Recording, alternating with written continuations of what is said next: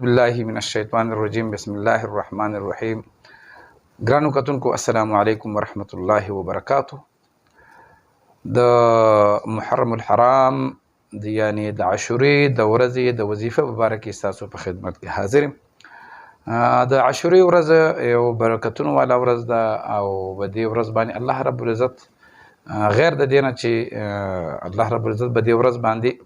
حضرت امام حسین رضی الله تعالی عنه او د هغې کور والاو ته شهادت ورکړو. د دې نه علاوه هم د دې ورځې چې کوم دي ډېر برکات دي. الله رب العزت په دې ورځ باندې په خپلو پیغمبرانو باندې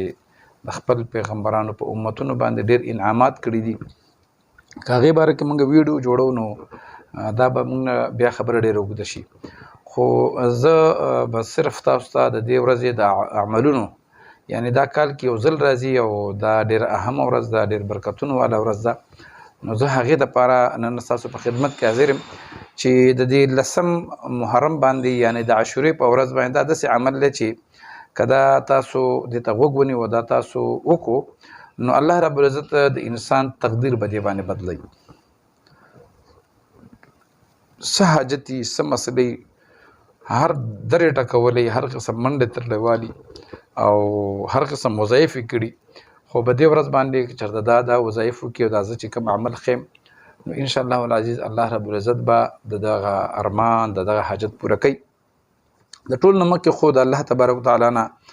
دا دعا ده چې دې بختورې میاشتې په خاطر باندې الله زمونږ ټول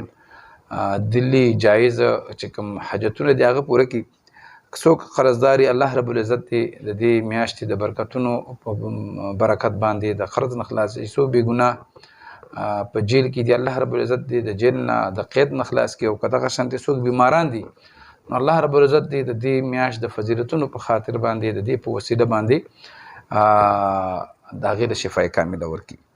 نو دوستانو زه خو اول د دې وظیفې د شروع کېدو نه مخکې تاسو ته یو خبره وکړم. زموږ خلک ډېر زیات جلباز دي، کله چې یو وظیفه وښایي هغه ورځ یو ورځ یې وکړي نو بس دا بیخي به د باندې ناوخته وي چې یاره دا وظیفه خو ما 2 ورځې وکړه، 3 ورځې مې وکړله او دا خو زما کار ونه شو. ګورئ دوستانو، الله رب العزت د خپل بنده د بهترۍ دپاره د هغې رزلټ مخکې وروستو لږ ټایم اخیستی شي، بعضې چا زر پوره شي. او دا دغه چې کوم دی وظیفه دا یو قسم دعا ده، الله یادول دی او الله رب العزت د خپل بنده په زړه باندې خبر دی چې دا زما نه څه غواړي. نو دغه رنګ که موږ څه وظیفه کوو یا دعا کوو نو لږ صبر پکار دی، ځکه چې الله رب العزت د خپل بنده یو دعا هم نه رد کوي، خامخا الله دعا قبلی. نو ځکه چې الله رب العزت د خپل بنده سره ډېره زیاته مینه کوي، ډېر محبت کوي، نو دومره چې څومره موږ دا وظایف په عاجزۍ سره کوو الله رب العزت نه بیا د نتیجې سوال کوو، بیا الله رب العزت هغه د خپل بنده چې کوم وظیفه کړي هغې نه هم ښه خبرداري، د هغه زړه د ارمان نه هم ښه خبرداري او په خپل ټایم د پوره کولو نه هم خبرداري چې د هغې بهتر رزلټ دپاره الله رب العزت بعض وخت کې په هغه ټایم کې د نتیجې کې لږ ټایم ځای کړي. موږ که داسې ووایو چې هو دا خو ما وظیفه وکړه 2 ورځې مې وکړو 3 ورځې په دې باندې الله هم ناراضه کېږي، ځکه چې الله موږ د دومره نعمتونه راکړي دي نو موږ خو داسې نه ده چې دا وظیفه موږ په هغه باندې احسان کوو، موږ خو هغه ته محتاج یو، موږ ته هغه محتاج نه دی. نو دغه رنګ چې هر دعا کوئ وظیفه کوئ نو هغې مخکې وروستو دا سوچ کوئ چې موږ دا یو عاجزي ده، الله ته یو ریکوست دی. موږ ګوره دنیا کې بعضې خلک د خپل نوکرۍ دپاره درخواستونه ورکړي او کال د کلونو هغه نوکرۍ ته انتظار کوي، هغه افسر ته سرجي او MP او دا هلته پې تعدین. خو که ده دلته 2 ورځې وظیفه وکړه 3 ورځې وظیفه یې وکړه، لکه وختي ماته یو کس رینګ وکړو چې د فلانکي دومره ټایم وشو نو بیا هغه بس چې کوم دی نو دا به ناپوهي ورته ووایو چې موږ الله ته بیا په زور ته دغه غواړو، د هغې نتیجه غواړو چې شابه ته موږ دومره یاد کړی اوس به دا کار کې، او که ما باندې حاجت نه وی راغلی نو بیا مې ته نه یادولي. نو د 10 محرم په ورځ باندې دا چې کوم وظیفه تاسو ته ښیمه دا ډېره بهترینه وظیفه ده. څومره دې دغه ما په مختصر الفاظو کې بیان کړو، د دې نه په 1000 چنده په 100 چنده دې ډېر فایدې دي. نو خدا شی دی چې لاول به د وظیفې په باره کې انتهایی عقیدت او احترام دا به د دې خیال به ساتئ.